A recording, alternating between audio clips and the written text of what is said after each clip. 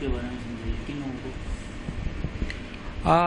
बिल्कुल सही बात है कि इस बजट से आम जनता को बहुत उम्मीद थी, ख़ास तौर से जो छोटा तबका है, जो आज छोटे छोटे लोग जो हम टैक्स नेट में आ जाते हैं, जिनकी कोई विशेष इनकम नहीं है, तो वो उम्मीद कर रहे थे कि इस बार बजट में उनको एक सब्सटेंशियल रिलीफ मिलेगा। ख़ास तौर से ऐसे रिलीफ जैसे नेशनल सेविंग सर्टिफिकेट है, पोस्टल सेविंग्स हैं, उनके ऊपर जो इंटरेस्ट लगता है, इंटरेस्ट मिलता है, उसके ऊपर भी गवर्नमेंट टैक्स लेती है। कम से कम जैसे किसान विकास पत्र जैसे थे, तो उनके ऊपर जो इंटरेस्ट मिलता है, या फिर इंदिरा विकास पत्र हैं, उनके ऊपर जो इंटरेस्ट मिलता है, वो जैसे पब्लिक प्रोविडेंट फंड है, उसके ऊपर जो इंटरेस्ट मिलता है उसके ऊपर टैक्स नहीं लगता। तो हमारी जो बाकी पोस्टल सेविंग्स स्कीम्स हैं, इनको भी टैक्स से छूट मिलनी चाहिए। इसी तरह से सेविंग बैंक में जो आपको इंटरेस्ट मिलता है, इसको भी टैक्स से छूट मिलनी चाहिए थी।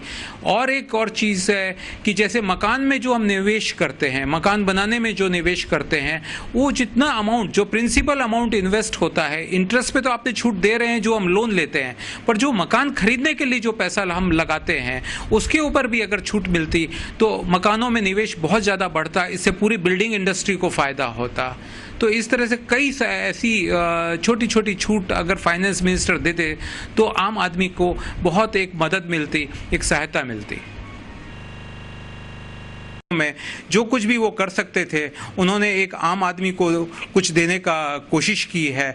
बहुत ज़्यादा तो नहीं कहूँगा, पर जो ख़ास तौर से जो सैलरीड क्लास है, उसको एक मार्जिनल बेनिफिट दिया गया है। और बल्कि वो सैलरीड क्लास नहीं, सभी को वो बेनिफिट मिला है, आम जनता को वो बेनिफिट मिला है टैक्स के अंदर एक मार्जिनल छूट के तौर पे।